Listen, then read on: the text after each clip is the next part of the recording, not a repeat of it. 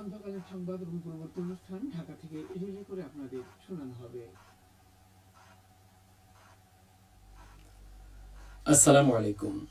সন্ধে 7টা, বাংলাদেশ বেতার, সিলেট।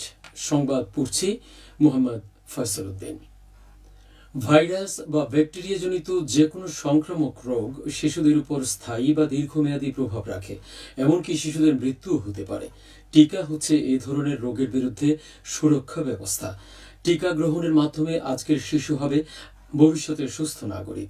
আজ সিলেট বিভাগীয় কমিশনার কার্যালয়ে টাইফয়েড টিকাদান কার্যক্রম বিষয়ে গণমাধ্যম কর্মীদের সঙ্গে বিভাগীয় পর্যায়ের কর্মশালায় জাতীয় গণমাধ্যম ইনস্টিটিউটের মহাপরিচালক মোহাম্মদ হিরুজ্জামান সভাপতির বক্তব্যে এসব কথা বলেন। কর্মশালায় বিভাগীয় কমিশনার খান মোহাম্মদ রেজাউন নবী প্রধান অতিথি হিসেবে উপস্থিত ছিলেন। এছাড়া জাতীয় গণমাধ্যম ইনস্টিটিউট, সিলেট জেলা তথ্য অফিস, আঞ্চলিক তথ্য অফিস এবং বাংলাদেশ বেতারের কর্মকর্তাবৃন্দ উপস্থিত ছিলেন। অনুরূপ কর্মশালা অনুষ্ঠিত হয়েছে মৌলভীবাজারে। জেলা প্রশাসন সভাকক্ষে এই কর্মশালায় জেলা পর্যায়ের সাংবাদিকগণ উপস্থিত ছিলেন। সারা দেশের মতো সিলেটেও অব্যাহত রয়েছে টাইফয়েডের টিকা প্রদান কর্মসূচি। আগামী 13ই নভেম্বর পর্যন্ত টিকাদান চলবে। 9 মাস থেকে 15 বছর বয়সী সকল শিশুকে বিনামূল্যে এই টিকা দেওয়া হচ্ছে। এ পর্যন্ত বাংলাদেশে 1,70,00,000 শিশুকে টাইফয়েড টিকা দেওয়া হয়েছে। 4,90,00,000 শিশুকে 1 ডোজ টিকা প্রদানের লক্ষ্যমাত্রা নির্ধারণ করা হয়েছে। প্রবাসী বাংলাদেশিদের কর প্রদানের জন্য আরও সহজ ও সুবিধাজনক ব্যবস্থা চালু করেছে জাতীয় রাজস্ব বোর্ড। এখন তারা সরাসরি ব্যক্তিগত ইমেইলে ওয়ান টাইম পাসওয়ার্ড পেয়ে অনলাইনে আয়কর রিটার্ন জমা দিতে পারবেন। যদিও প্রবাসী করদাতাদের জন্য অনলাইন রিটার্ন জমা দেওয়া বাধ্যতামূলক নয়, তবুও অনেকেই এর সুবিধা ও কার্যকারিতা দেখে অনলাইনে ই রিটার্ন পদ্ধতি ব্যবহারে আগ্রহ দেখিয়েছেন। আগে প্রবাসীরা নিবন্ধন প্রক্রিয়া সম্পন্ন করতে সমস্যায় পড়তেন, কারণ আগে ওটিপি পাঠানো হতো শুধু বাংলাদেশে নিবন্ধিত বায়োমেট্রিক তথ্যযুক্ত মোবাইল সিমে। এই অসুবিধা দূর করতে এবার এনবিআর সরাসরি করদাতার ব্যক্তিগত ইমেইলে ওটিপি পাঠানোর ব্যবস্থা করেছে। এখন পর্যন্ত 2025-26 কর বর্ষে 8,50,000-এরও বেশি আয়কর রিটার্ন অনলাইনে দাখিল হয়েছে।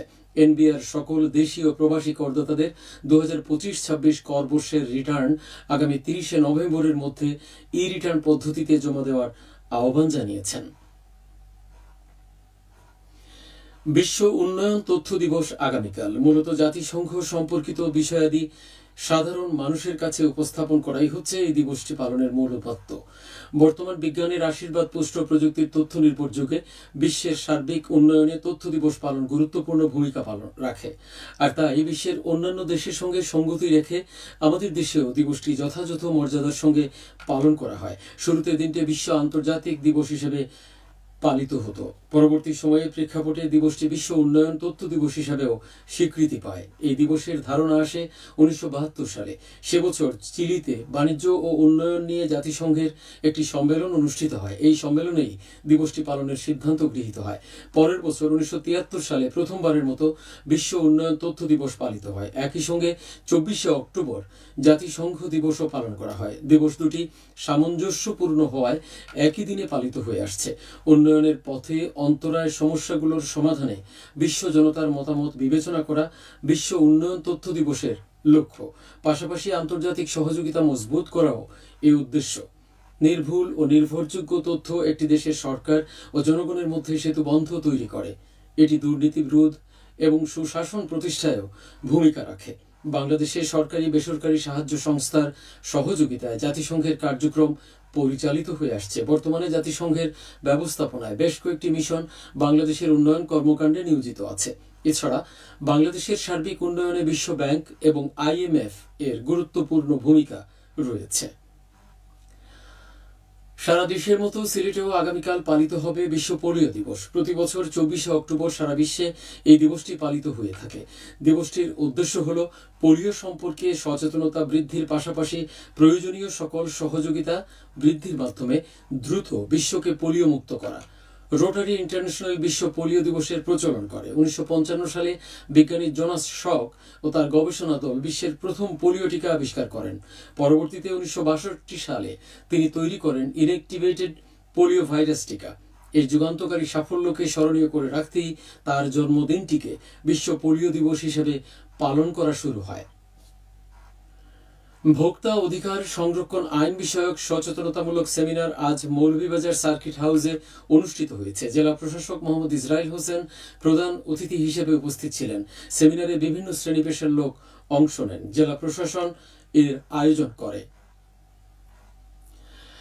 সিলেট নগরের সড়কে শৃঙ্খলা ফেরাতে পুলিশের অভিযান অব্যাহত রয়েছে। গত 2 দিনে মেট্রোপলিটন পুলিশের ট্রাফিক বিভাগ ও বিভিন্ন থানার যৌথ অভিযানে 222টি যানবাহন আটক এবং ট্রাফিক আইন লঙ্ঘন সহ নানা অভিযোগে 94টি মামলা করা হয়েছে।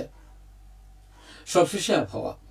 রাত 1টা পর্যন্ত পূর্বাভাসে বলা হয়েছে সিলেট সহ পার্শ্ববর্তী এলাকায় আজ কোনো সতর্কবাণী নেই এবং কোনো সংকেতও দেখাতে হবে না। আজ সিলেটের সর্বোচ্চ তাপমাত্রা ছিল 34.8 ডিগ্রি এবং সর্বনিম্ন 24.2 ডিগ্রি সেলসিয়াস। বাতাসে আর্দ্রতা ছিল সকালে 62 এবং সন্ধ্যায় 69%। আগামীকাল সিলেটে সূর্যোদয় 5টা 55 এবং অস্ত যাবে 5টা 19। সংবাদ শেষ হলো। পরবর্তী স্থানীয় সংবাদ প্রচারিত হবে আগামীকাল সকাল 8টা 10।